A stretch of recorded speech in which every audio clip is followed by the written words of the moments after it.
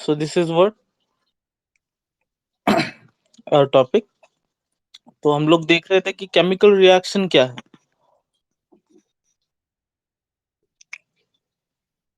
और chemical equations क्या होते हैं, इसके बारे में हम लोगों ने देखा था। तो उसी के अंदर से ये कुछ नोट्स मैंने आप लोगों को बना के दी है। तो जिन लोगों के पास ये नोट्स नहीं होंगी तो contact me for the same. So what is chemical reaction? तो केमिकल रिएक्शन की ऐसी हमने एक सिंपल सी डेफिनेशन बनाई थी कि chemical transformation of substances into another chemical substances is known as the chemical reaction. That means transformation और transformation की जगह पे हम लोग कहीं दूसरी, मतलब ये डेफिनेशन पढ़ रहा हूँ मैं, आप लोगों को दिखाई दे रही होगी। So that is chemical transformation of what? Chemical transformation of one substance into another substance, that is called as the chemical reaction. तो यही हमारी केमिकल रिएक्शन होती है। और केमिकल रिएक्शन में कौन से एग्जांपल्स देने होते हैं? अगर if you have asked any type of definition about chemical reaction, what is mean by chemical reaction, so go for the same with the example. So example आप लोगों को कोई भी एग्जाम्पल देना हो तो कोई भी एग्जाम्पल भी आप लोग दे सकते हो। यहाँ पे सिंपल सा एक एग्जाम्पल दिया है, when Mg reacts with oxygen. हमेशा आपको ये ध्यान देना है कि जब भी आप कोई भी, मतलब जब भी आप कोई भी डेफिनेशन लिखते हो तो उसके पहले हमेशा ये ध्यान रखना है कि मैंने ये जैसे एग्जांपल लिया तो ये सारी की सारी चीजें आपको फॉलो करनी है। इसके अंदर रेड कलर का मार्क्स आप लोगों को दिखाई दे रहा होगा, that is Mg plus O2 we get MgO। Mg that is stands for magnesium.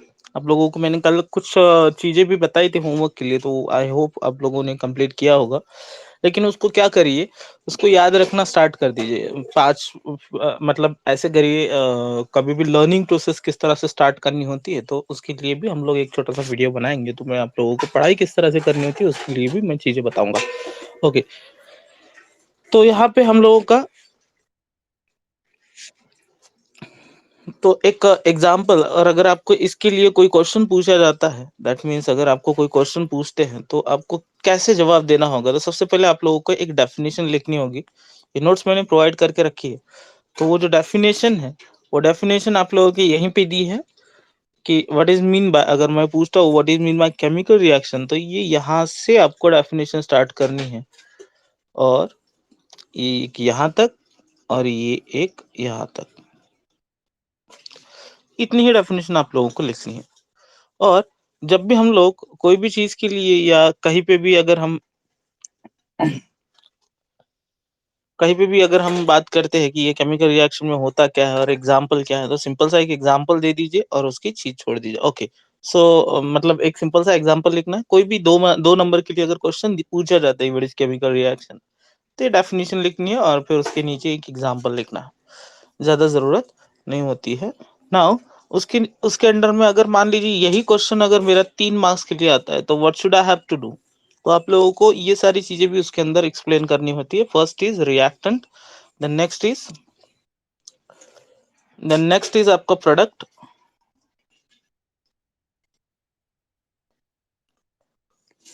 दूसरी वाली जो डेफिनेशन होती है that is called as the product. और फिर उसके बाद कुछ characteristics of chemical reaction 3 number के लिए आप लोगों को लिखना है। तो सारी चीजें आप लोगों को मेंटेन करनी होगी कि what are the characteristics of chemical reaction. तो कौन से इवोल्यूशन ऑफ गैस और ये सारे कैरेक्टरिस्टिक्स है, तो ये मैंने आप लोगों को क्लास में नहीं बताया, लेकिन अभी यहाँ पे हम लोग एक्सप्लेन करेंगे। तो मैं सिंपल सी रिवीजन क्लास की तरह ले रहा हूँ। तो एक रिएक्टेंट क्या होता है? रिएक्टेंट दैट मीन्स, रिएक्टेंट की हम बात करेंगे। Reactant that means which takes parts in chemical reaction, that is called as the reactant. जो केमिकल रिएक्शन में पार्ट करता है तो उसे हम केमिकल रिएक्शन बोलते हैं। जहां पे मैं अंडरलाइन कर रहा हूँ तो आप लोग वहां पे देखते जाइएगा। और एक अब वो जो ऊपर वाली केमिकल रिएक्शन है उसके अंदर ये एग्जांपल आप लोगों को लिखना है। So now next is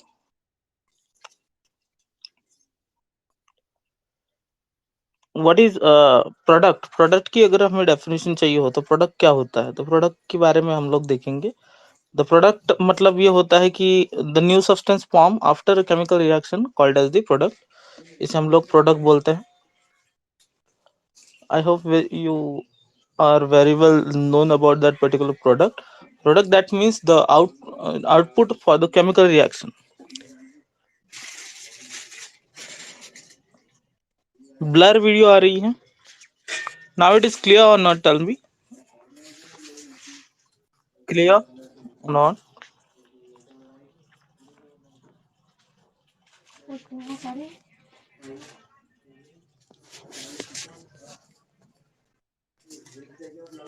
Okay, good.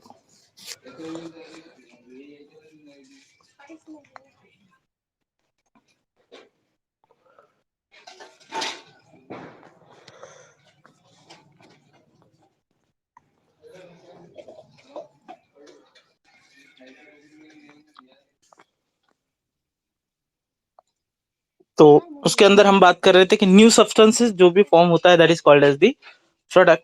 फिर उसके बाद एक और डेफिनेशन आती है, what are the characteristics of chemical reaction. तो अभी तक हम लोगों ने कोई भी, अभी देखिएगा मैं जैसे बताता हूँ कि हम लोगों ने ये डिस्कस किया कि भाई साहब जो भी केमिकल रिएक्शन होती है उसके डेफिनेशन क्या होगी, राइट. क्या डेफिनेशन आएगी पहले तो, फिर डेफिनेशन लिखने के बाद उसका एग्जाम्पल. हमेशा ये दो, अगर एक या दो नंबर के लिए भी पूछा जाए तो भी आप लोगों को इसके बारे में इतना जरूर लिखना है केमिकल रिएक्शन के बारे में. अगर यही क्वेश्चन अगर मेरा 3 नंबर के लिए आता तो फिर मैं क्या करता, तो ऑब्वियसली उसके अंदर मैं पहले डेफिनेशन लिखता. ये जजमेंट आना चाहिए आप लोगों को. डेफिनेशन लिखता, फिर डेफिनेशन लिखने के बाद उसका एक एग्जाम्पल लिखता, फिर उसके बाद रिएक्टेंट क्या होते हैं ये भी बताता, फिर प्रोडक्ट क्या होते हैं ये भी बताता.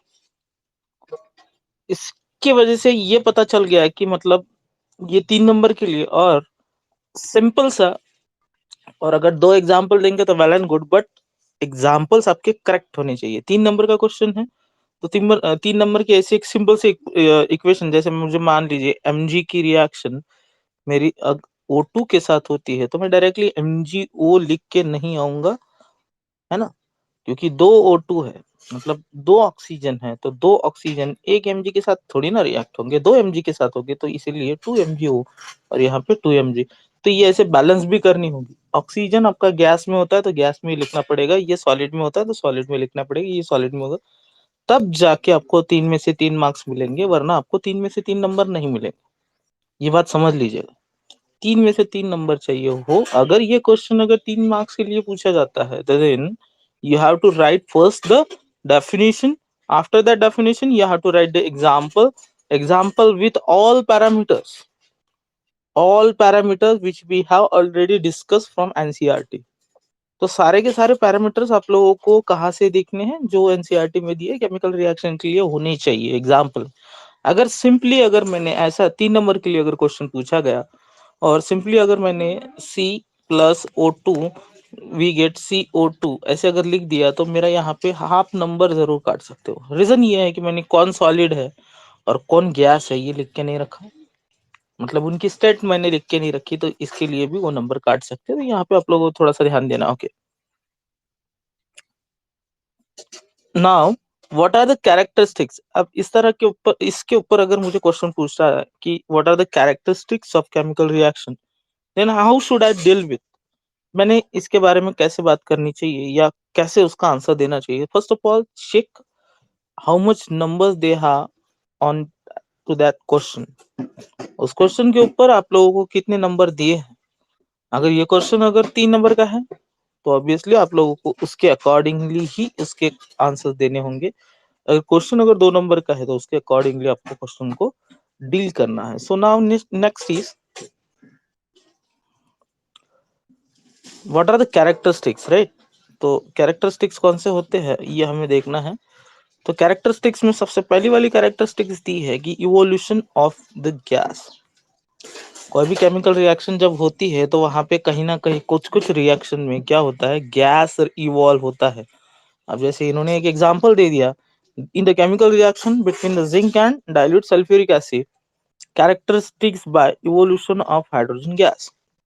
सिंपल सी बात है, ये हम लोगों ने केमिकल रिएक्शन नहीं देखी है लेकिन फिर भी H2SO4 मतलब होता है. अब ऐसे कुछ केमिकल रिएक्शन आप लोगों को देखने के लिए मिलेगी. when Zn that is the solid, right. Zn, when Zn react with H2SO4, when Zn react with, when Zn react with S2SO4, what we get? ZnSO4 plus S2. तो ये ZnSO4 plus S2 मिला मुझे यहाँ पे।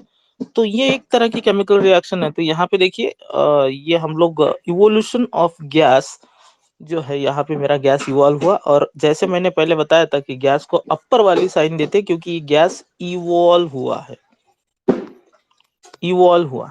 और अगर gas अगर वैसे हीट जब इवॉल्व होती है, हीट जब इवॉल्व होती है तो भी हम लोग यही वाली साइन लगाते थे, इवॉल्व मतलब एक्सोथर्मिक रिएक्शन। तो ये टाइप हम लोग डिस्कस कर चुके हैं।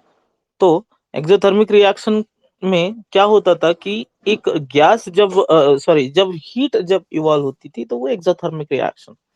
And if the heat is what, heat is downward, अगर इस तरह से हीट अगर डाउनवर्ड दिखाई दी, that means that chemical reaction is called as the endothermic.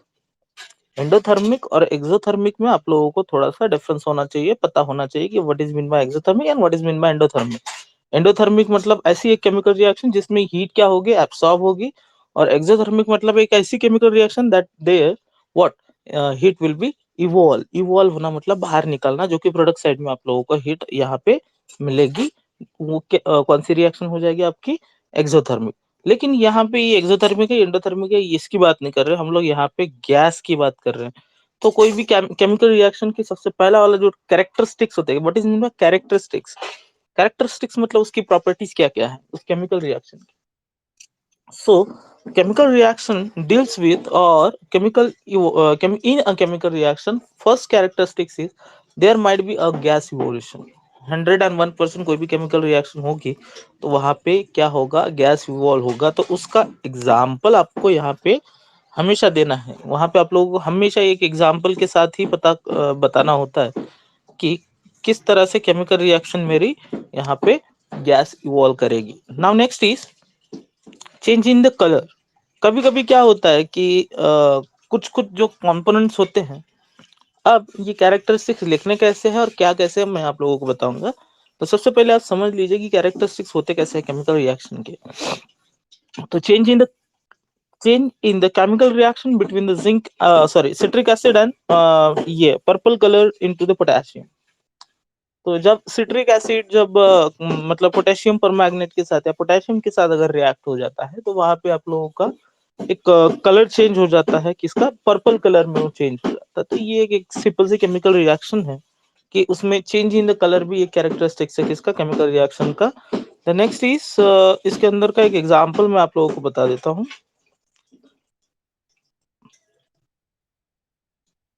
Okay या तो फिर हम लोग कोई दूसरा वाला भी एग्जांपल ले सकते हैं कि एक केमिकल रिएक्शन में किस तरह से चेंज होगा या कहाँ पे चेंज होगा। तो केमिकल रिएक्शन की हम अगर एक बात करें कि जैसे आप लोगों ने देखा होगा टर्मरिक, टर्मरिक मतलब हल्दी है ना।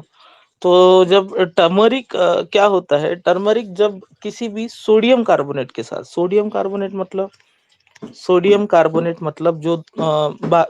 जो कपड़े धोने के लिए जो सोडा यूज होता है that is called as sodium carbonate, and जो घर में यूज होता है that is called as sodium bicarbonate. ऐसे दो चीजें होती है, सोडियम कार्बोनेट और सोडियम बाइकार्बोनेट। आप ये घर पे करके देखिएगा। तो टर्मरिक की रिएक्शन, हल्दी लेना है और थोड़ा सा सोडा लेना है। तो जो हल्दी का कलर होता है ना वो पहले पीले कलर का होता है, येलो कलर का, राइट। तो येलो कलर का एक हल्दी का कलर होता है, और जब हम दोनों इन दोनों के साथ मतलब इन दोनों की केमिकल रिएक्शन करने के लिए ट्राई करते हैं तो आप लोगों ने कलर देखा होगा वहां पे वो कलर ऑरेंज या रेड हो जाता है।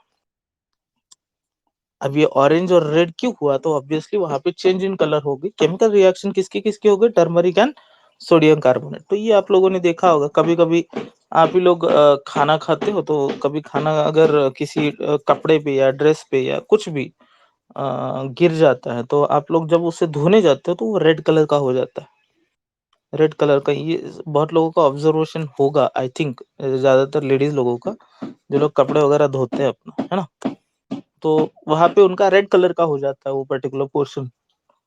तो वो क्यों होता है, क्योंकि वहां पे एक केमिकल रिएक्शन की कैरेक्टरिस्टिक शो कर रही है कि कभी कभी कुछ केमिकल रिएक्शंस में क्या हो जाता है कि चेंज इन कलर हो जाता है, कलर चेंज हो जाता है पर्टिकुलर कंपोनेंट का या रिएक्टेंट का। तो ये भी एक तरह की प्रॉपर्टी है हमारी किसकी, केमिकल रिएक्शन की या कैरेक्टरिस्टिक्स है केमिकल रिएक्शन की। तो नेक्स्ट चीज हमारे पास दिया है change in the state of substance. पहली बात तो स्टेट मतलब क्या होता है। अब मुझे बताओ कि कोई भी सब्सटेंस जो होते हैं, एक एग्जांपल पूछता हूँ मैं, कोई भी सब्सटेंसेस जो होते हैं उनकी स्टेट कितनी होती है? How many states are exist in nature?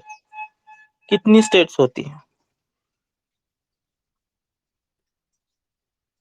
Okay, विनय जी बोल रहे हैं कि 3 स्टेट्स होते हैं। और कोई? कितनी स्टेट्स होती है? 3 स्टेट होती है या इससे ज्यादा स्टेट्स होती है?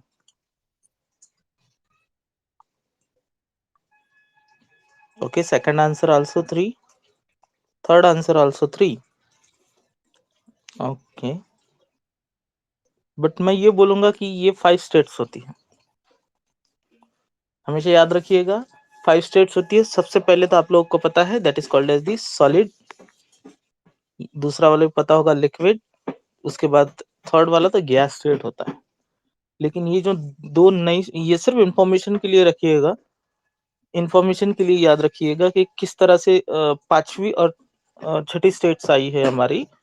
तो अब एक एग्जांपल लेते हैं हम लोग कि भाई साहब जैसे मान लीजिए मेरे पास एक टेम्परेचर के लिए एक श्रेणी, जैसे मेरे पास एक कोई मान लीजिए कंटेनर है, राइट। और उस कंटेनर में मैंने क्या किया कि कुछ मेरे आइस के पीसेस मैंने डाल दिए। अब आइस के पीसेस डाल दिए तो यहाँ पे मैंने क्या कर दिया, यहाँ पे हीटिंग स्टार्ट कर दी। अब सबसे पहले ये कौन सी, पहले आइस जो था सबसे पहले कौन से स्टेट में था? सॉलिड स्टेट में था। कौन सी स्टेट में था? सॉलिड स्टेट में था। मैंने फर्दर हीटिंग करना स्टार्ट कर दी तो वहां पे वो कौन सी स्टेट में चला गया? लिक्विड स्टेट में चला गया। चलो, लिक्विड स्टेट में चला गया। अब हमने और हीट करना स्टार्ट कर दिया, और हीट करना स्टार्ट कर दिया तो वो गैस स्टेट में चला गया। चलो, यहाँ तक तो भाई साहब हमें पूरी स्टोरी पता है। लेकिन अभी इसके बाद भी गैस को भी जब मैं हीट करता हूँ तो वो उसका क्या होना चाहिए? उसका क्या होना चाहिए? कोई बताएगा कि क्या होगा उसका? वो गैस स्टेट में भी चला गया मान लीजिए, और गैस को भी अगर मान लीजिए मैंने ये पूरा पैक करके रखा है, पूरा का पूरा मैंने ये पैक करके रखा है, तो ये पूरा आइस का जो भी है, तो अभी इसकी तो भाप बन गई है ना। अब ये भाप बन गई लेकिन मेरी हीटिंग चालू है, जोर जोर से हीटिंग चालू है। तो यहाँ पे ये भाप बन गई मतलब ये गैस मॉलिक्यूल्स है। तो गैस मॉलिक्यूल्स है तो ये गैस मॉलिक्यूल्स क्या करेंगे? तो ये गैस मॉलिक्यूल्स क्या करते हैं, कभी भी एक ध्यान दीजिएगा कि जब हम लोगों ने इलेक्ट्रॉनिक कॉन्फ़िगरेशन देखा या जब हम एटम्स की थ्योरी पढ़ रहे थे, तो एटम्स की थ्योरी में देखिएगा यहाँ पे शेल्स थे, या इसे हम लोग ऑर्बिट्स भी बोलते थे। तो यहाँ पे क्या होता था कि ये न्यूक्लियस के साथ कुछ ना कुछ प्रोटॉन्स रहते थे, प्रोटॉन्स रहते थे जो पॉजिटिवली चार्ज रहते थे, और यहाँ पे रिवॉल्विंग जो होते थे उसे हम इलेक्ट्रॉन्स बोलते थे। फिर उसके बाद अब क्या होता है कि कोई भी इलेक्ट्रॉन बाहर की स्टेट में क्यों आता है? तो बाहर की स्टेट में इसलिए आता है कि भाई साहब जब जैसे जैसे एक एनर्जी लेवल उसकी बढ़ती जाती है तो ये बाहर आना स्टार्ट होता है। कौन? ये इलेक्ट्रॉन। ये अपनी अप लेवल पे आ जाता है। तो ये एक मान लीजिए ये इलेक्ट्रॉन आया, इसको मैंने बहुत सारी एनर्जी दी, तो जैसे जैसे हम लोग एनर्जी देते रहते हैं तो ये इलेक्ट्रॉन अपनी अपनी जो लेवल होती है, जो मतलब जहां पे है, जैसे मान लीजिए वो सेकंड सेकंड लेवल पे है तो वो थर्ड लेवल पे आएगा, क्योंकि थर्ड लेवल पे ज्यादा एनर्जी मिल गई। तो ये क्या करते हैं, एक स्टेट ऐसी होती है कि ये फ्री इलेक्ट्रॉन बन जाते हैं। तो ये फ्री इलेक्ट्रॉन बन जाते हैं। अब फ्री इलेक्ट्रॉन बन गए तो फ्री इलेक्ट्रॉन बनने से क्या हो गया यहाँ पे कि एक स्टेट ऐसी आती है कि ये इलेक्ट्रॉन बाहर आ जाते हैं। अब इलेक्ट्रॉन बाहर आ गए तो मतलब कोई भी एटम में सिर्फ प्रोटॉन बच गए और इलेक्ट्रॉन अलग हो गए, है ना। तो ये नेगेटिवली चार्ज है और बाकी की जो प्रोटॉन न्यूक्लियस के साथ है वो अपने यहाँ पे बगल में होंगे। अब इस वाली स्टेट को क्या आप गैस स्टेट बोलेंगे? जब इलेक्ट्रॉन, सारे के सारे इलेक्ट्रॉन जब बाहर आ जाते हैं तो क्या आप इसे गैस इलेक्ट्रॉन बोलेंगे? क्या आप इसे गैस स्टेट बोलेंगे? जी नहीं। मैं तो नहीं बोलूंगा, आप लोग बताओ। तो ये गैस स्टेट नहीं होती है, इस स्टेट को बोला जाता है fifth state, that is called as the plasma state. इसे प्लाज्मा स्टेट बोला जाता है। और ये जो प्लाज्मा स्टेट होती है, ये प्लाज्मा स्टेट यहाँ कहाँ से नहीं आती है। इस प्लाज्मा स्टेट का कुछ ना कुछ एक प्लाज्मा स्टेट का कुछ ना कुछ एग्जिस्टेंस होता है।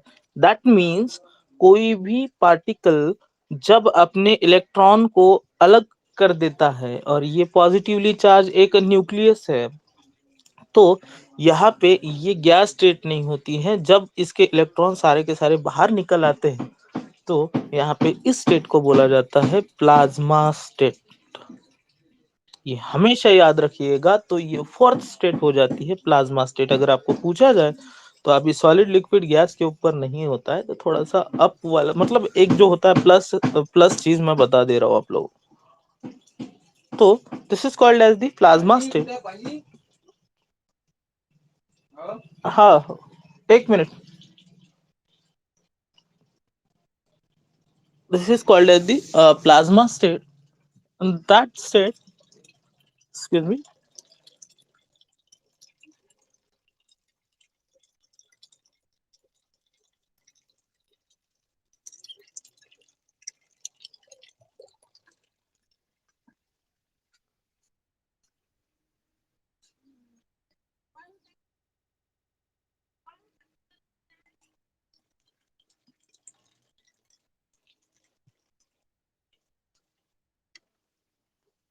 ओके। तो प्लाज्मा स्टेट के अंदर हम अगर बात करेंगे, तो प्लाज्मा मतलब ऐसी एक स्टेट होती है कि जहां पे इलेक्ट्रॉन फ्री इलेक्ट्रॉन मूव करना स्टार्ट होता है। और एक फिफ्थ वाली स्टेट है, that is called as the Bose Einstein condensation. Bose Einstein condensation. तो अब ये सबसे पहली वाली स्टेट है। मतलब किसके, जैसे अभी मैंने हीट करते हुए आया था, वैसे ही अभी मैं क्या करता हूँ, इसको कूल करते हुए जाता हूँ। जैसे गैस स्टेट में कोई पर्टिकुलर पार्टिकल्स है, और इसको मैंने क्या किया, इसका मैं टेम्परेचर निकालना स्टार्ट कर देता हूँ। तो मैंने जो भी टेम्परेचर था उसको कम करना स्टार्ट कर दिया। फिर ये गैस में से लिक्विड में आ जाएगा। और टेम्परेचर मैंने रिड्यूस करना मतलब मैं कंडेंस कर रहा हूँ, देखिए रिवर्स जा रहा हूँ। तो यहाँ पे ये आपकी जो पर्टिकुलर है वो लिक्विड में से फिर सॉलिड में आ जाएगी, राइट। तो यहाँ पे ये सारी की सारी चीजें अगर हम देखेंगे कि एक लिक्विड गैस में से फिर लिक्विड में आ जाता है, लिक्विड में से फिर सॉलिड में आ जाता है। लेकिन सॉलिड को दोबारा से मैं अगर टेम्परेचर निकालूं, एक टेम्परेचर निकालने के बाद एक ऐसी स्टेट आएगी जहां पे हम लोग उसे सॉलिड नहीं बोलेंगे। तो वो जो होगी उसको शॉर्टकट में बोला जाता है BEC, that is Bose Einstein condensation. एक ऐसा एक टेम्परेचर जहां पे वो सॉलिड नहीं रहेगा, एकदम क्लोजली पैक हो जाएंगे। तो ऐसी जो कंडेंसेशन स्टेट होती है, ये हमारे ये फिफ्थ वाली जो पर्टिकुलर स्टेट है, ये बोस साहब ने बनाई थी, जो कि इंडियन थे। और फिर बाद में आइंस्टाइन जो थे, अल्बर्ट आइंस्टाइन, इन्होंने रेफरेंस दिया था कि नहीं, ऐसी स्टेट होनी चाहिए। सो इसीलिए इस दोनों को बोला जाता है, इन दोनों के नाम से ये पर्टिकुलर फिफ्थ वाली स्टेट बनाई गई थी, that is called as the Bose Einstein condensation. So Bose Einstein condensation, that is the fifth state. और जो फोर्थ वाली होती है वो उसे बोलते हैं हम लोग कौन सी स्टेट, प्लाज्मा स्टेट्स। तो इस तरह के स्टेट्स होते हैं। तो लेकिन हमें केमिकल रिएक्शन में ये पता नहीं चलता कि कौन सी प्लाज्मा है और कौन सी बोस आइंस्टाइन है। तो इसीलिए रेगुलर बेसिस पे हम लोग, सिंपल सी बात है, हम लोग रेगुलर बेसिस पे सॉलिड, लिक्विड और गैस कंसीडर करेंगे। सो दिस इज हाउ, आप लोगों के कुछ स्टेट्स के बारे में एक सिंपल सा एक कॉन्सेप्ट बता दिया मैंने। तो यहाँ पे हम लोगों को ये पता करना है कि what change in states of substances अगर हम कंसीडर करेंगे तो किस तरह से होगी, है ना। Change in states of a substance, that is एक तरह से कोई लिक्विड था, उसको अगर हमने सॉलिड कर दिया, तो ये भी एक कैरेक्टरिस्टिक्स है। अब यहाँ पे एग्जांपल देने की जरूरत नहीं है, यहाँ पे सिर्फ आप लोग एक्सप्लेन करेंगे कि what is mean by change in state. मतलब कोई भी केमिकल रिएक्शन में कोई भी रिएक्टेंट अगर टेक्स पार्ट करता है केमिकल रिएक्शन में, then it will get, then जो प्रोडक्ट होता है वो प्रोडक्ट अपनी स्टेट को चेंज कर सकता है। तो ये भी एक तरह का केमिकल रिएक्शन में क्या है, एक केमिकल रिएक्शन का कैरेक्टरिस्टिक्स और प्रॉपर्टी है। चेंज इन टेम्परेचर, एग्जैक्टली कोई भी कोई भी मेटल है, जैसे हम लोगों ने एक केमिकल रिएक्शन देखी थी, that is first is CaO, limestone की रिएक्शन। लाइमस्टोन को जब हम ऑक्सीडाइज करते थे तो वहां पे समथिंग CaOH ऐसा कुछ प्रोडक्ट बन रहा था, है ना, oxidise plus water, sorry not oxidise, हम लोग यहाँ पे H2O के साथ रिएक्शन करते थे तो CaOH/2 ऐसा कुछ हमें प्रोडक्ट मिलता था, that is called as the slack lime बोलते थे इसे, है ना। तो वो स्लैक लाइम मतलब हमारे घर में जो यूज होने वाला जो चूना है वो that is called as the slack lime. तो एक तरह से ये केमिकल रिएक्शन है, तो 101% यहाँ पे इसका ये जो पर्टिकुलर टेम्परेचर होता है इसका हाई होता है ना। तो इसको हम लोग क्या बोलेंगे, चेंज इन टेम्परेचर, मतलब जो लाइम था उसका कुछ ना कुछ केमिकल रिएक्शन में जब वो टेक पार्ट करता है तो उसका कहीं ना कहीं पे क्या होता है, वहां पे कहीं ना कहीं पे उसका टेम्परेचर हाई हो जाता है। So that is also the characteristics of chemical reaction. The next is precipitate form होना। प्रेसिपिटेशन दैट मीन्स, पहली बात तो आप लोगों को प्रेसिपिटेशन समझना होगा कि प्रेसिपिटेशन होता क्या है। तो प्रेसिपिटेशन मतलब एक तरह से जो झाग आना होता है, जैसे हम लोग सोडियम कार्बोनेट की अगर हम रिएक्शन अगर कंसीडर करेंगे, साबुन को जब आप किसी वाटर में जब करते हो तो वहां पे व्हाइट प्रेसिपिटेशन मतलब झाग आना स्टार्ट हो जाता है, that is called as the precipitation. So एक उन्होंने एग्जांपल दिया BaCl2 that is called as the barium chloride, जब H2SO4 के साथ हाइड्रोक्लोरिक एसिड के साथ, अब यहाँ पे एक्क का मतलब क्या होता है, एक्क एक्क लिखा है वहां पे AQ, एक्क का मतलब होता है that is called as the aqueous. Aqueous की बात कर रहे हैं वहां पे, एक्क मतलब एक्वायस, एक्वायस सॉल्यूशन मतलब जहाँ पे एक वाटर के अंदर जैसे कोई भी सोल्यूशन होता है, आप लोगों ने क्लास 9 में देखा होगा कि what is mean bye solution. So solution that is it is a combination of solvent and solute। तो यहाँ पे एक सॉल्वेंट है मेरा और एक होता है सोल्यूट। तो सॉल्वेंट और सोल्यूट का कॉम्बिनेशन जब हो जाता है then we can consider it as a solution. तो यहाँ पे भी सेम चीज है, लेकिन जब मैं कभी भी, अब मान लीजिए मैंने H2SO4 एक्वायस लिया मतलब सैचुरेशन, मैंने अभी इसके अंदर H2SO4 जो है जिसे हम लोग क्या बोलते हैं, H2SO4 को क्या बोलते हैं, H2SO4 एक हमारा सल्फ्यूरिक एसिड है। अब इसी के अंदर एक हम लोगों ने क्या कर दिया, इसके अंदर वाटर का परसेंटेज जो सॉल्वेंट है, तो सॉल्वेंट हमने 90% रख दिया और जो आपका H2SO4 है मैंने 10% रख दिया, मतलब यहाँ पे मेरा वो एक तरह का क्या हो गया, एक्वायस सोल्यूशन हो गया। तो इस तरह से थोड़ा सा मतलब चेंजेस होते हैं, तो वो आप लोगों को ध्यान देना है। कॉन्सेंट्रेटेड होता है, एक कॉन्सेंट्रेटेड मतलब जो सॉल्यूशन का सोल्यूट का परसेंट होता है वो ज्यादा होता है और सॉल्वेंट का जो परसेंट होता है वो थोड़ा कम होता है कंपैरेटिवली। तो मैं उसमें ज्यादा नहीं जाऊंगा। तो ये भी यहाँ पे हम लोगों ने जो पर्टिकुलर क्या बोलते हैं H2SO4 लिया, तो वो एक्वायस लिया, मतलब यहाँ पे 101% सॉल्वेंट ज्यादा था और सोल्यूट कम था, तो ऐसा एक सोल्यूशन लिया मैंने। तो फिर BaCl2 दैट इज BaCl2 एक सोल्यूशन है बैरियम क्लोराइड, जब हम उसकी रिएक्शन लेंगे किसके साथ, H2SO4 के साथ, हाइड्रोक्लोरिक सॉरी सल्फ्यूरिक एसिड के साथ। तो सल्फ्यूरिक एसिड के अंदर फिर वहां पे BaSO4 और प्लस BaSO4 नाम का, इसको हम PPT बोलते हैं। PPT मतलब पेपर प्रेजेंटेशन नहीं हमारे कंप्यूटर वाला, PPT का मतलब होता है प्रेसिपिटेट, प्रेसिपिटेशन। ये जो वर्ड है इसको हम PPT में शॉर्टकट में लिखेंगे, PPT फॉर्मेशन, राइट। और फिर उसके बाद यहाँ पे ये जो HCl है ये एक्वायस सॉल्यूशन में आप लोगों को मिलेगा, HCl that is stands for, HCl को किसे क्या बोलते हैं हम लोग, इसे हाइड्रोक्लोरिक हाइड्रोक्लोरिक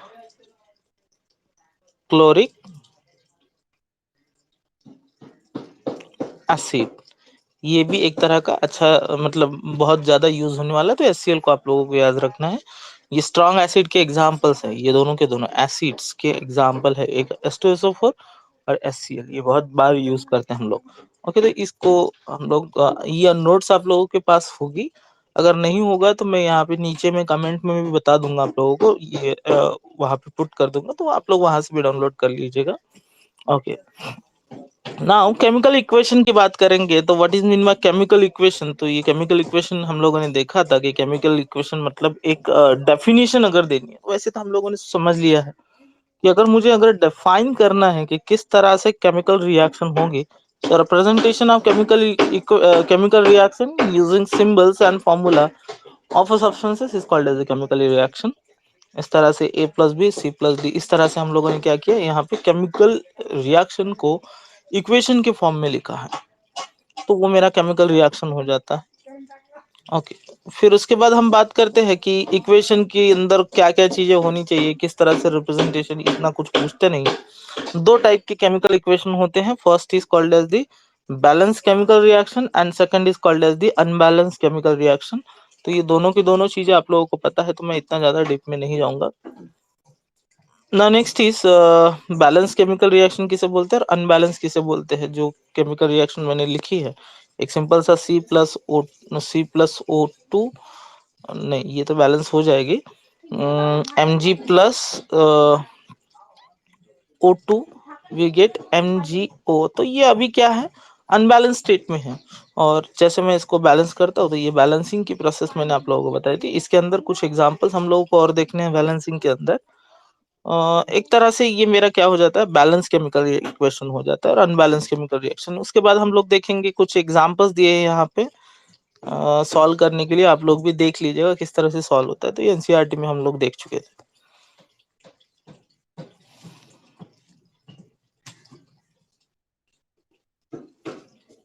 ये भी कुछ रिप्रेजेंटेशन ऑफ केमिकल इक्वेशंस, ये मैंने जैसे पहले बताया था आप लोगों को, एक्वायस सॉल्यूशन जो होता है उसको हम AQ से दिखाते हैं। फिर उसके बाद सॉलिड आपका एस से, लिक्विड गैस, और ये सारी चीजें हम लोग पढ़ चुके हैं पहले से ही, सारी चीजें हम लोगों को पता है। फिर उसके बाद what are the chemical reactions, what are the types of chemical reaction. तो टाइप्स ऑफ केमिकल रिएक्शन में आप लोगों को पता है, सबसे पहली वाली chemical reaction that is called as the combination. मतलब कोई भी इस तरह से अगर लिखे A+ कोई भी एक तरह से मतलब इस तरह से कोई भी अगर इक्वेशन को लिखे कि A+B, that is A+B, A+B we get AB। तो इस तरह की अगर केमिकल रिएक्शन कोई भी लिखता है तो that is called as the combine होना स्टार्ट हो गया, यहाँ पे एडिशन हो गई दोनों की दोनों, मतलब इन दोनों के अलावा कोई मिलेगा नहीं यहाँ पे प्रोडक्ट, राइट।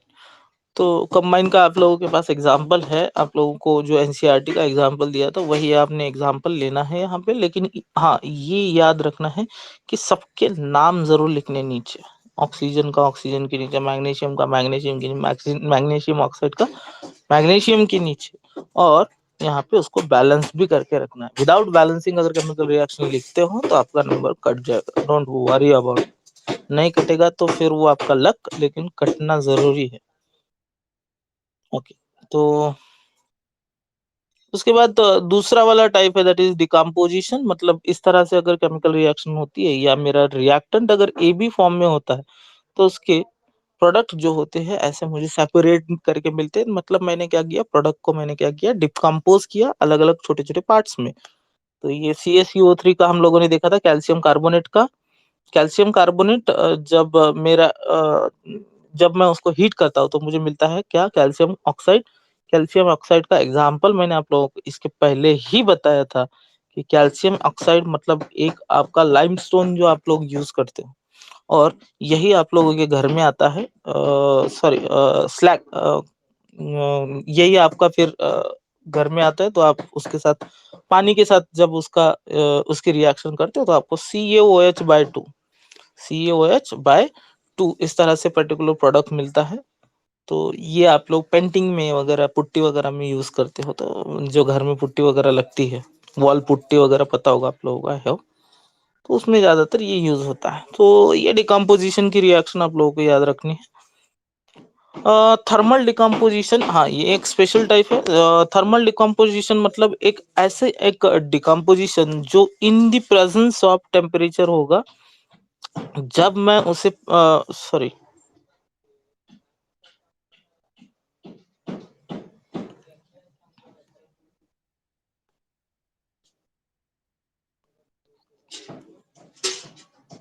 एक्सक्यूज मी, हाँ ओके। तो थर्मल डिकम्पोजिशन ये हम लोगों के लिए थोड़ा सा नया कॉन्सेप्ट है कि what is mean by thermal decomposition. तो थर्मल डिकम्पोजिशन के अंदर एक ऐसा एक सब्सटेंस, जब मैं उसे हीट करता हूँ, जब मैं उसे हीट करता हूँ तब जाके वहां पे कुछ ना कुछ प्रोसेस वहां पे स्टार्ट होती है, that is called as thermal decomposition. Thermal decomposition का एग्जांपल ये भी लिख सकते हो आप लोग CH3 को, जहाँ पे हम लोग यहाँ पे लिखेंगे, उस एरो पे लिखेंगे कि क्या होता है। तो एरो पे लिखने के बाद आप लोगों को पता चल जाएगा कि दैट मीन्स यहाँ पे कैल्शियम कार्बोनेट भी यहाँ पे एरो पे लिखने के बाद ही हुआ है ना। ये वाली रिएक्शन बोल रहा था मैं। तो कैल्शियम कार्बोनेट की को मैं अगर हीट करता हूँ तो वहाँ पे CO दैट इज लाइम और फिर CO2, ये कार्बन डाइऑक्साइड आप लोगों का इवॉल्व हो जाएगा। तो इस तरह से हम लोगों ने ये केमिकल रिएक्शंस को देखा था।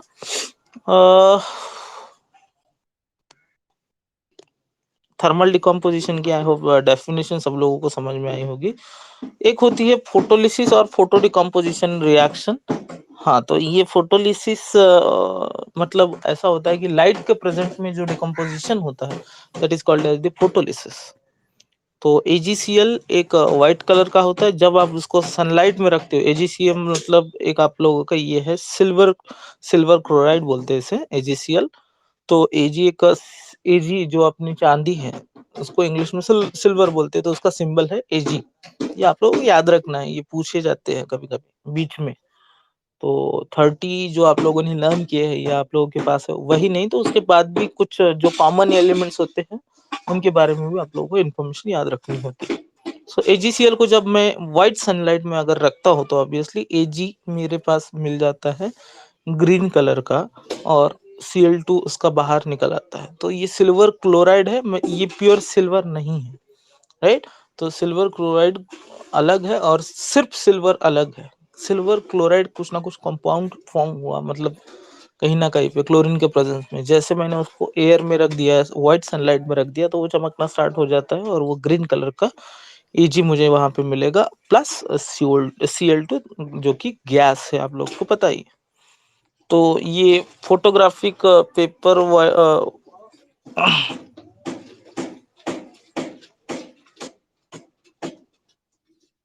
तो फोटोग्राफिक पेपर कोट जो होता है आप लोगों ने देखा होगा सिल्वर कोट्स का।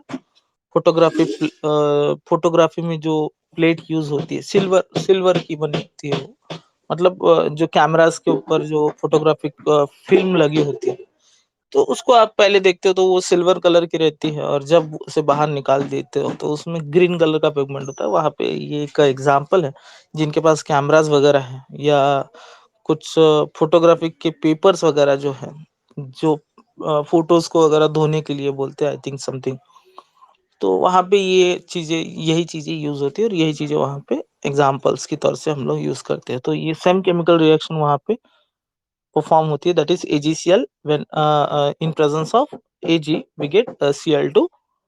नाउ डिस्प्लेसमेंट रिएक्शन आप लोगों को उसके बारे में थोड़ी सी आइडिया दिया था मैंने NCERT में। तो उसके अंदर क्या होता है, देखिए इस तरह का हम लोगों के पास एक एग्जांपल दिया, AB प्लस BC। तो ये क्या करेगा, ये C जो है यहाँ पे मूव हो गया और ये कहाँ पे आ गया AC के पास, और ये B मेरा आइसोलेट हो गया। आइसोलेट क्यों हुआ, तो यहाँ पे हम लोगों ने एक चीज पढ़ी थी that is called as the, ये क्यों होता है, ये हाईली रिएक्टिव एलिमेंट के पास जल्दी चला जाएगा अगर वो लेस रिएक्टिव एलिमेंट के पास है तो। जिसकी ज्यादा रिएक्टिविटी उसके पास वो ज्यादा, जिसके पास ज्यादा पैसा उसके पास सबसे ज्यादा वो चले जाएंगे। तो एक तरह से इसका एक एग्जांपल आप लोगों ने डिस्कस किया था। तो हाईली कोई भी रिएक्टिव कंपोनेंट ले लीजिएगा तो उसमें आप लोग बता सकते हो। BaCl2 का ही एक हम लोगों ने एग्जांपल लिया था, that is called as the barium chloride और Na2SO4 एक्वायस में। तो BaSO4 चला जाता है, प्रेसिपिटेशन फॉर्म होता है, NaCl आपका सोडियम क्लोराइड आप लोगों का सॉल्ट बाहर निकल आता है, तो ये भी एक्वायस सोल्यूशन। तो एक तरह से इसका एग्जांपल समझ लीजिएगा। ओके, प्रेसिपिटेशन रिएक्शन वही है जो मैंने अभी बताई थी, तो उसके बारे में मैं ज्यादा डिस्कस नहीं करूंगा। हाँ, एक होता है what is mean by neutralisation reaction, ये सबसे इम्पोर्टेंट रिएक्शन है। ये एसिड और बेस की जब हम प्रॉपर्टीज पढ़ेंगे उसमें भी इसको डीपली पढ़ेंगे। तो न्यूट्रलाइजेशन रिएक्शन मतलब क्या होता है कि कभी भी कोई भी एसिड और बेस, अब उसके लिए आप लोगों को एसिड और बेस के बारे में पता करना होगा कि क्या होता है एसिड और क्या होता है बेस। सबसे पहले एसिड मतलब होता है एक आप लोगों की बॉडीज में या कहीं पे जब हम डाइजेशन सिस्टम पढ़ेंगे, डाइजेशन जब पढ़ेंगे, तो वहां पे ये एसिड और बेस कहाँ कहाँ यूज होते हैं शरीर के अंदर, बाल ग्लैडर में। और एक दूसरा पार्ट है आप लोगों के डाइजेशन प्रोसेस, डाइजेशन में ही दूसरा वाला पार्ट है that is called as the lower pancreas. तो यहाँ पे कहीं ना कहीं पे लोअर पैंक्रियाज में और बाल ग्लैडर में ये न्यूट्रलाइजेशन रिएक्शन होती है।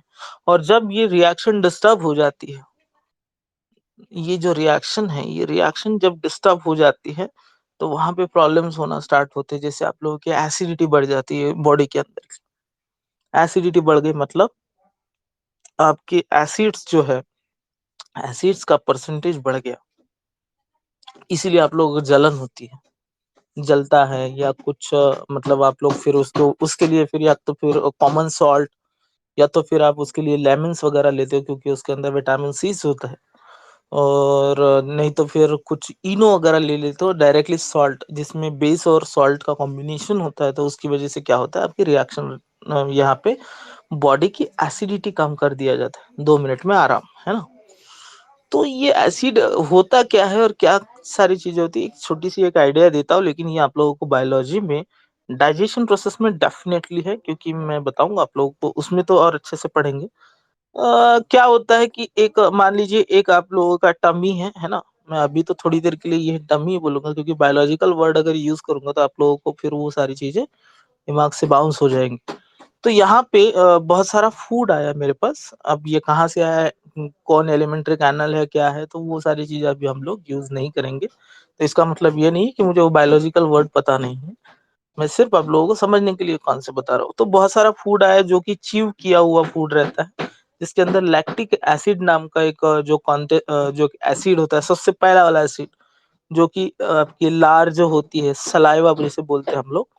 तो ये लार के थ्रू, ये लैक्टिक एसिड के थ्रू फिर आपके थ्रू द एलिमेंट्री कैनल आपके डायरेक्टली डाइजेशन प्रोसेस के लिए आ जाता है।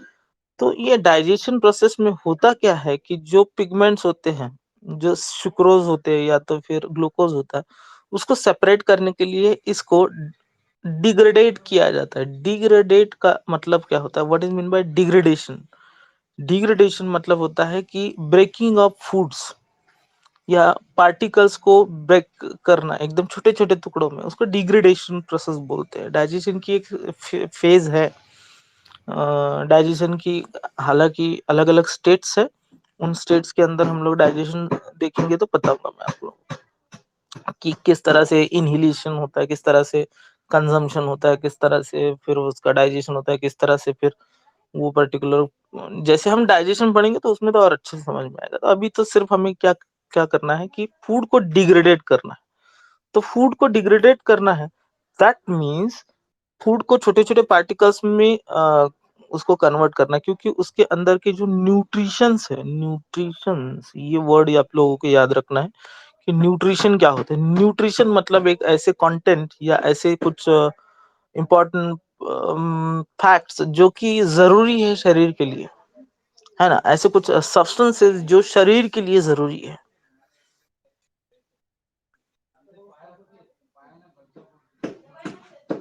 तो उसके लिए न्यूट्रिशन के लिए, न्यूट्रिशन मतलब वहां पे ऐसे कुछ सब्सटेंसेस होंगे तो जिसमें क्या होगा कि जिसमें वो बॉडी के लिए जरूरी हो।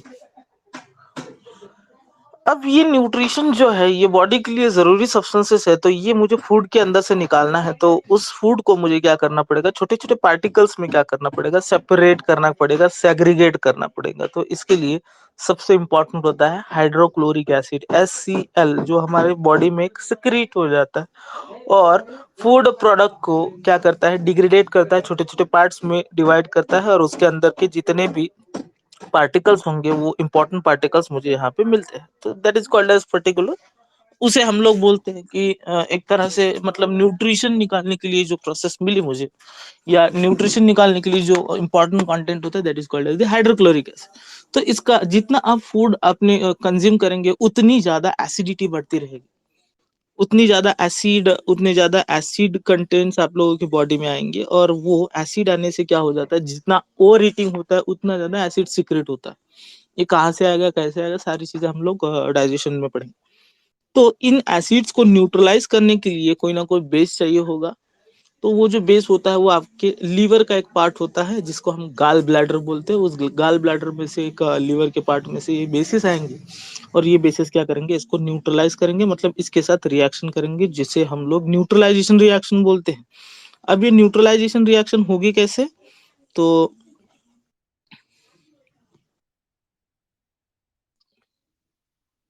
न्यूट्रलाइजेशन रिएक्शन इस तरह से होती है हमारी, दैट इज मान लीजिए NaOH एक बेस है, जैसे हम लोग सोडियम हाइड्रोक्साइड बोलेंगे NaOH को। देखिए इसने प्रॉपर तरीके से ये केमिकल रिएक्शन को लिखा है यहाँ पे। तो इसी तरह से आप लोगों की केमिकल रिएक्शन लिखनी है आपको, राइट। तो कोई भी एसिड को जो बेस होता है वो बेस क्या कर देता है, न्यूट्रल कर देता है। न्यूट्रल कर देना मतलब उसकी कैरेक्टरिस्टिक्स को खत्म कर देता है, जिससे वो ना एसिड रहता है ना बेस रहता है। तो यहाँ पे NaCl फॉर्म हो जाएगा और एक वाटर कंपोनेंट फॉर्म हो जाएगा। तो इस तरह से आप लोगों को ये दोनों चीजें आप लोगों को सेपरेट करके मिलती है। तो ये जो चीजें होती है that is called as the NaOH plus HCl, what we get NaCl plus H2O। तो इस तरह से ये सेपरेट हो जाते हैं। तो यहाँ पे आप लोगों को ध्यान देना है कि ये एक न्यूट्रलाइजेशन है, मतलब acid plus base, what we get salt and water. ये इसका जनरल जनरल मतलब एक कंपोनेंट है या जनरल फॉर्म है, जनरल इक्वेशन है इस न्यूट्रलाइजेशन रिएक्शन कि इसके अंदर न्यूट्रलाइजेशन में हमेशा एक एसिड होना चाहिए और एक बेस होना चाहिए, और एसिड और बेस से हमें बनता है कौन, सॉल्ट प्लस वाटर।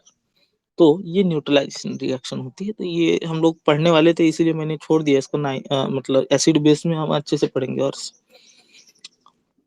हाँ, एक होता है ऑक्सीडेशन एंड रिडक्शन रिएक्शन। ये जो लास्ट वाला जो टाइप था उसके बारे में भी हम लोग पढ़ रहे थे। मैंने बताया था ये डेफिनेशन, एडिशन ऑफ ऑक्सीजन, और यहाँ पे reduction that means addition of hydrogen. अब इसके अंदर मैंने दो और डेफिनेशन बताई थी, तो आप अगर क्लास में प्रेजेंट होंगे तो आप लोग पता होगा, नहीं पता होगा तो फिर आप लोग वहाँ पे जो वेबसाइट की लिंक दी है वहाँ पे भी आप लोग जाके देख सकते हो, या तो फिर यूट्यूब पे चैनल पे मैंने ये अपलोड कर चुका हूँ।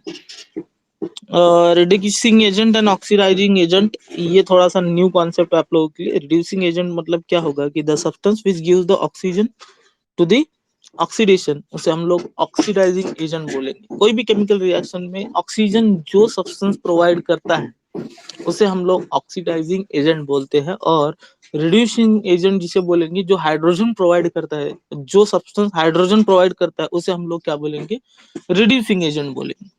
तो ये दोनों चीजें आप लोगों को थोड़ी सी नई थी तो इसलिए मैंने बता दी है यहाँ पे। एग्जाम्पल्स आप लोग को पता है बहुत सारे।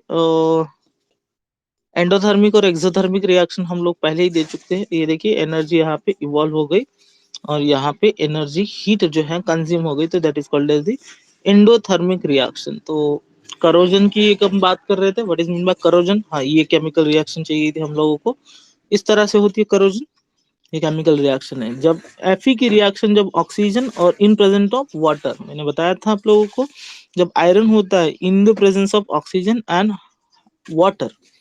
जैसे पानी के बरसात के मौसम में आप लोगों का जो लोहा वगैरह जो होता है उसमें मुरझा जाना बोलते हैं, उसे जंग चढ़ जाता है। रीजन क्या है उसके पीछे, तो देखिए बरसात का पानी आ गया, that means water, water molecule उसको मिलेंगे, और ऑक्सीजन है तो ऑक्सीजन यहाँ पे मिलेगा। तो यहाँ पे Fe2O3 एक तरह का ये हाइड्रेटेड फेरिक ऑक्साइड जिसे बोलते हैं, एंड XH2O जिसमें अनलिमिटेड ऑफ वाटर होता है। तो इस तरह का ये रस्ट फॉर्म होती है, that is called as the, उसे हम लोग बोलेंगे क्या, एक तरह का रस्टिंग ऑफ आयरन। तो वही हमारी कोरोजन प्रोसेस है। तो ये केमिकल रिएक्शन लिख के दे दिए मैंने, उसको भी थोड़ा सा रिवाइज कर लीजिए।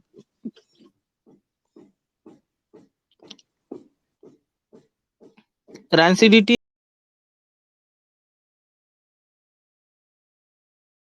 होते ये फैट्स बाहर की करना स्टार्ट कर देते हैं, उसकी वजह से वो जो फूड वगैरह जो होता है वो स्टेल होना स्टार्ट हो जाता है। तो इसीलिए उसके लिए हम लोग ऑक्सीडाइजिंग एजेंट उसके अंदर पोर करेंगे कि ऑक्सीडेशन प्रोसेस को क्या करे, रोक दे। और वो क्या करे, सॉरी, बाय एडिंग एंटीऑक्सीडेंट। तो ऑक्सीडेशन मतलब antioxidant that means reducing agent हम डालेंगे तो नाइट्रोजन जो होता है वो रिड्यूस करता है, ऑक्सीजन को ग्राफ्स कर लेता है अपनी तरफ, NO2 फॉर्म करता है, नाइट्रोजन ऑक्साइड। इसीलिए हम लोग उसके अंदर नॉन ऑक्सीडाइजिंग एजेंट डालते हैं उसके अंदर, जो कि क्या करेगा, ऑक्सीजन को रिड्यूस कर देगा। ओके, तो ये रिप्लेसिंग बाय नाइट्रोजन या तो फिर फूड स्टफ वगैरह रेफ्रिजरेंट में वगैरह यूज करके हम लोग यूज करते हैं। तो ये सारी चीजें हैं उसके अंदर। तो इसमें ज्यादा डेप में नहीं जाऊंगा क्योंकि जितना हम लोगों ने पढ़ा है उतना ही हम लोगों को आएगा। रेडॉक्स रिएक्शन, ऑक्सीडेशन और रिडक्शन के बारे में हम लोग पढ़ चुके हैं। Redox reaction that means combination of reduction and what oxidation. तो यहाँ तक हम लोगों का सब था कि क्या क्या चीजें आई थी, क्या नहीं आई थी, और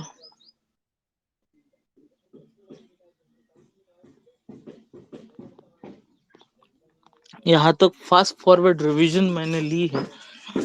कुछ बोर्ड्स के क्वेश्चंस भी आप लोगों को बताने थे कि जो पूछे गए हैं, तो उसके बारे में भी हम लोग बात करेंगे कि किस तरह के क्वेश्चंस हम लोगों को आते हैं। तो ये तो हम लोगों ने अभी जस्ट टॉपिक को पढ़ा है, तो ये कि रिवीजन तौर से ये आप लोगों का क्वेश्चन हो गया।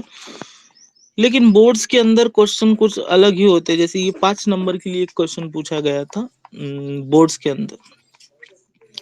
तो अभी कैसा है ना कि अभी वो छोटे वाले क्वेश्चन नहीं रहे कि डायरेक्टली आप लोग केमिकल रिएक्शन की कैरेक्टरिस्टिक्स पूछेगा और केमिकल रिएक्शन की कैरेक्टरिस्टिक्स आप लोगों को डायरेक्टली बताएगा। ऐसे बहुत कम क्वेश्चन होते, उसको डायरेक्ट हिट एंड ट्रायल वाले क्वेश्चन नहीं रहेंगे, डायरेक्टली हिट एंड आंसर एक तरह से क्वेश्चन है और डायरेक्टली उन्होंने टॉपिक को पूछ लिया, तो ऐसे नहीं होगा। ऐसे बहुत क्वेश्चन कम पूछते हैं आजकल। थोड़ा सा एनालिटिकल क्वेश्चन ज्यादा पूछे जाते हैं। एनालिटिकल मतलब आप लोगों को कॉन्सेप्ट को एनालाइज करना होता है।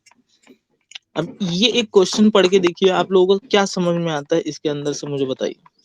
Illustrate an activity to show that a change in the states of matter and change in a temperature takes place during a chemical reaction. B. Write a balanced chemical reaction for the following reaction. Natural gas burns and combines with oxygen to produce a carbon dioxide and water. Ferrous sulfate crystals on heating break off into the ferric oxide, sulfur dioxide, and उसके बाद है और एक, पहले आप ये पढ़िए question को। तो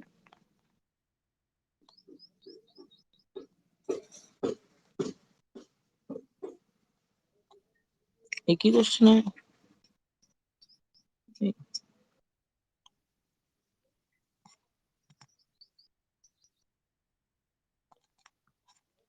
एक मिनट,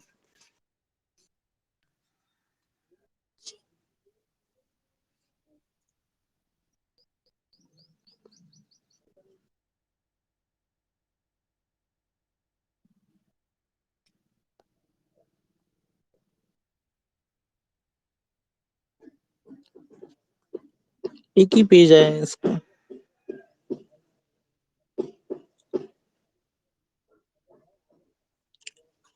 तो शायद उसमें कुछ प्रॉब्लम हो गया होगा उस PDF में। तो उसकी जो भी होगी मैं पूरे PDF बना कर रखूंगा, तो हम लोग देखेंगे उसमें। ओके, तो आई होप कुछ डाउट्स नहीं होंगे इस सेक्शन में अभी तक। अगर कोई डाउट्स अगर होंगे तो आप डायरेक्टली पूछ लीजिएगा, क्योंकि मैं इस टॉपिक को जैसे अभी क्लोज करना चाहता हूँ। इसके बोर्ड्स के क्वेश्चन बचे हैं, फिर अपनी तरफ से कुछ हम लोग प्रैक्टिस सेशन भी लेंगे। तो डाउट्स के लिए जो भी होगा, तो आज सभी लोग इस चैप्टर को एकदम ऐसा कर दीजिए कि बाद में इसको पढ़ने की जरूरत ना पड़े। फिर इसके बाद जो हम लोग केमिस्ट्री का टॉपिक लेने वाले हैं, that is acid basis and salt, जो भी नेक्स्ट टॉपिक होगा, not exactly acid and bases, metal and non metal है, जो भी मैंने इंडेक्स नहीं पता है मुझे, बट ये सारी चीजें हम लोगों को देखनी है। और ये जो नोट्स है, इन नोट्स आप लोग अगर प्रिंट आउट करके रखेंगे तो भी well and good, but rather than to print out, try to prepare your notes. इस तरह से नोट्स बनानी होती है। सिर्फ मैंने एक एग्जांपल की तौर से आप लोगों को सेंड किया था, बाकी आप अपनी नोट्स बनाइए और अपने से ही उसको रिवाइज करते जाइए, तभी वो कुछ फ्रूटफुल रहेगा।